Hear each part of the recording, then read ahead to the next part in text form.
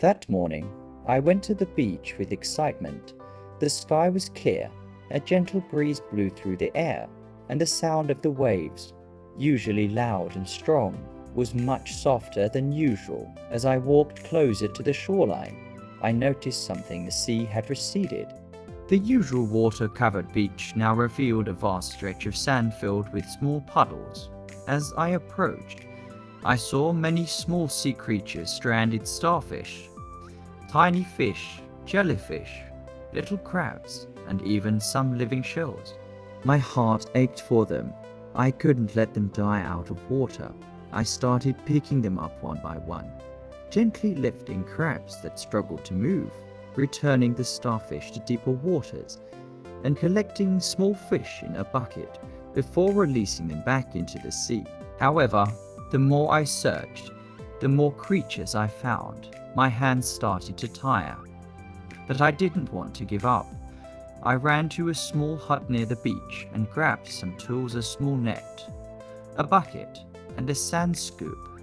With these, my rescue mission became much easier.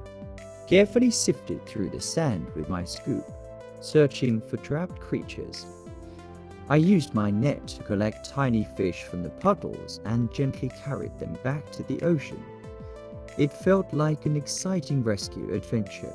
A few other beachgoers saw what I was doing and joined in. We worked together, laughing and sharing stories, until we had saved most of the stranded sea creatures.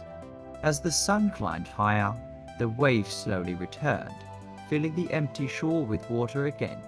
I sat on the sand, feeling exhausted but happy. Today, I had not only enjoyed the beauty of the beach, but also helped preserve its natural balance.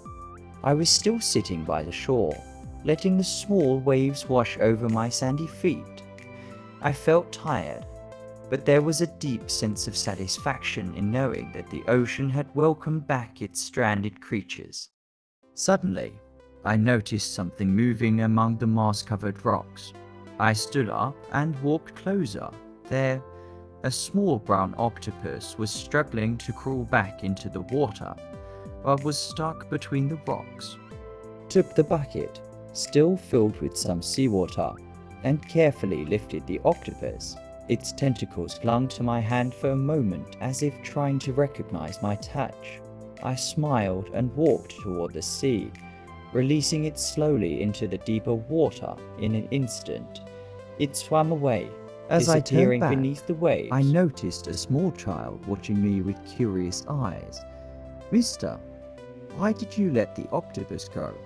"I wanted to take it home," he asked innocently. I smiled and crouched down beside him. "The octopus belongs in the ocean.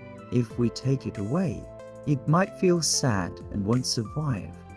Just like we need our homes to live, they need theirs too." Shells lying on the beach. I picked one up and smiled. "You can take these home if you like, because most of them are empty. But if there's still something inside, it's best to leave them here."